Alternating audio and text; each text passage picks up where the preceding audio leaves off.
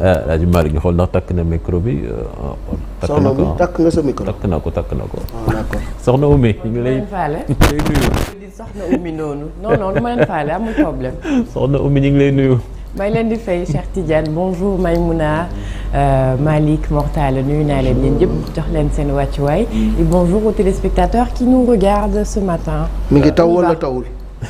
la de dafa mel ni taw bi bët Saloum lay commencer fi mu toll nii on est donc toujours sous cette influence de la pluie qui arrive du sud wala extrême sud-ouest du pays Guinée rek wala Mali fi mu ne nii niir yooyu noonu foofu lay jógee à surveiller toujours cette zone qui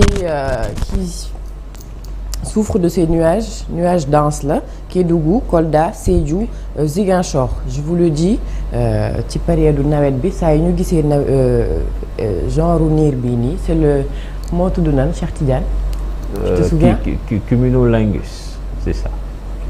Cumulonimbus c'est le nuage qui s'appelle le cumulonimbus donc moom dafa fees dell ak ndox et puis mooy niiru nawet bi mu ngi nii yegsi na teew na bu baax a baax la saison s'installe petit à petit par le sud du pays mais ça va progresser dina ñëw si yeneen localités yi donc ce matin au niveau des perturbations disons extrême sud toujours sous surveillance bu ñu demee ci booru géej gi ñi dëkk ci booru géej gi fraîcheur boo xamante ne la elle se ressent légèrement le matin et puis le soir au niveau de la température 21 degrés la ñu dooree 20 pardon Fatick 21 pas loin de ça Louga 23 pour Saint-Louis 25 Dakar 28 pour Matam Tambacounda ça régresse un petit peu température hier 30 degrés la ñuy tàmm di am boori Matam wala jëm kaw là ça descend un petit peu 27 attendu à Kédougou au niveau de l'humidité donc au niveau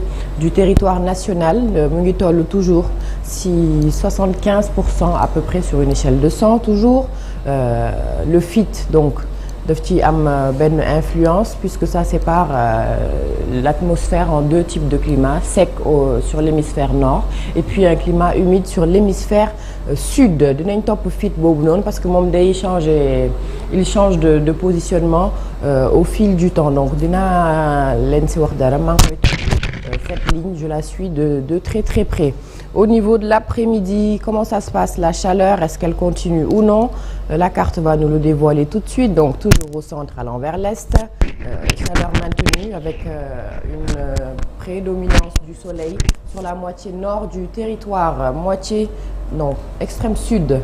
dinañ gisaat jant bi ñoom ci après-midi bi mais teewul niir yoo xamante ne yu oyof la ñuy doon diggante Ziguinchor Sédhiou wala fu mel ni Kolda et puis Kédougou encore nuages denses cet après-midi avec risque très faible de pluie pour aujourd'hui. Au niveau température 30 axe Dakar Saint-Louis 35 pour Thiès 40 Louga 41 à Kaffrine ça remonte vers la partie est 37 Fatick 36 pour Kaolack waa Ziguinchor ñoom ñu ngi fas yéene yendoo 38 degrés jant boo xamante ne gis ngeen ni que fës na bu baax a baax donc l'intensité solaire toujours et puis l'indice UV tollu ci 11 c'est-à-dire que c'est extrême donc hier je vous avais dit ça marche pour les panneaux solaires et puis que beneen boo xamante ne ça ne marche pas c'est la peau ñu waxati ko rek dépigmentation bi le rayon UV aujourd'hui est sur un indice 11 mooy bi gën a kawe mook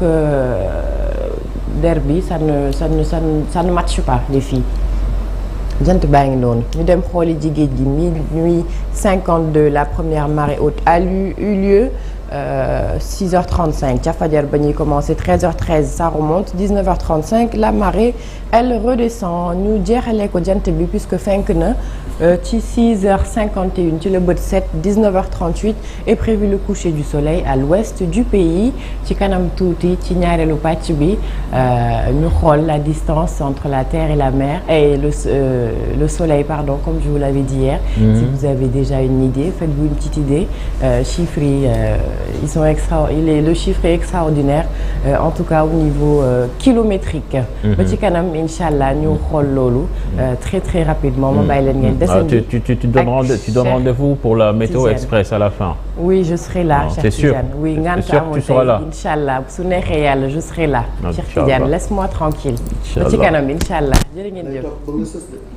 non c'est que dafa am jour boo xamee ni daf ko tàggu woon ñu yëgle ni dina ñëw météo express mais après on l'a pas vu on l'a pas revu. fes voilà tax may wut lu leer quoi. léegi mi ngi noonu téléspectateurs yi xam nañ lépp ils savent tout on est une famille vous savez tout ce qui se passe. Merci Oumy Samb. Donc on se donne rendez-vous vers la fin de l'émission pour la météo express. Il est 7h39 léegi ñu dem.